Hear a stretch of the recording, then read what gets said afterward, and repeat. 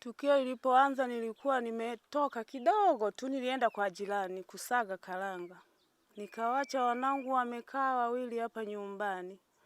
Baada ya kufika kwa jirani, akanikuta mwingine mmoja anakimbia analia, "Mama, mama, kuna fisi nyumbani." Nikamwambia, "Fisi wametoka wapi?" "Kuna fisi mama." Nikageuka nikarudi nyumbani, nikamuuliza, "Na mwingine yuko wapi mwenzio?" "Amekimbizwa na fisi." Nikarudi sasa kwa majirani.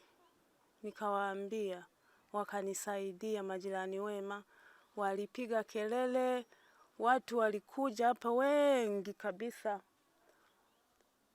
Wakanisaidia kumtafuta mwanangu.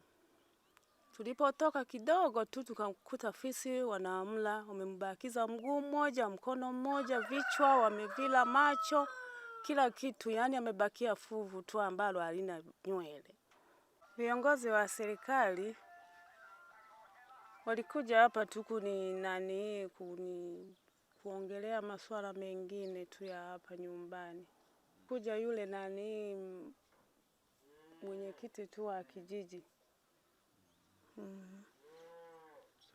Kwa majina naitwa Shabani Omari.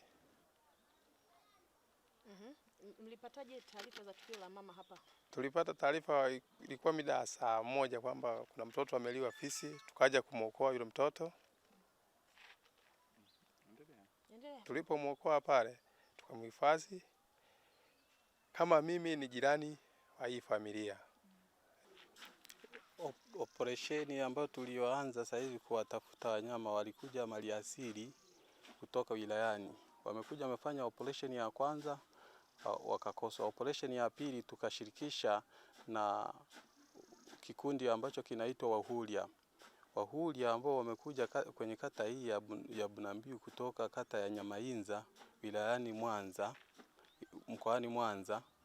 Wamekuja jana, wamekamata fisi 4 ambao ndo wamewachukua maliasili, wameondoka nao saa 2 usiku. Hata leo ndo tunaendelea na operation ya kuwasaka hao fisi, kwa maana fisi hao wamekuwa wengi sana, wamekuwa hatarishi. Kwa maana hata ukiwa unatembea peke yako njiani, ukiona fisi huwa wapishi njia, unakumbana nao.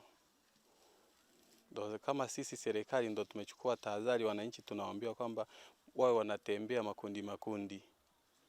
Hata na watoto kuwaacha ovyo ovyo, wasio wanaacha watoto ovyo ovyo. Hata kuwatuma kwamba fulani nenda ukachume mboga, tumeshawakataza. Wao wanaenda watu wazima. Hili tukio limefika mezani kwangu. Taarifa zilizofika mezani kwangu ni kwamba majira ya saa 2 za usiku katika kijiji cha Bunambiu, tarafa ya Mondo, wilaya Kishapu na mkoa wa Shinyanga. Taarifa ililetwa na afisa mtendaji wa kijiji ambaye anaitwa Allen Diamond Aganda, kwamba alibaini mtoto aitwaye Masa mwenye miaka 3, Msukuma wa Bunambiu, akiwa amefariki baada ya kung'atwa na mnyamapori. Mwili wa marehemu kwa mujibu wa wapelelezi wetu, baada ya kwenda ulikutwa kwenye shamba la mahindi umbali wa mita 300 kutoka nyumbani kwao, ukiwa umelala kifudifudi, ukiwa na majeraha makubwa kichwani, utumbo ukiwa umetoka nje, huku miguu na mikono vikiwa vimevunjika.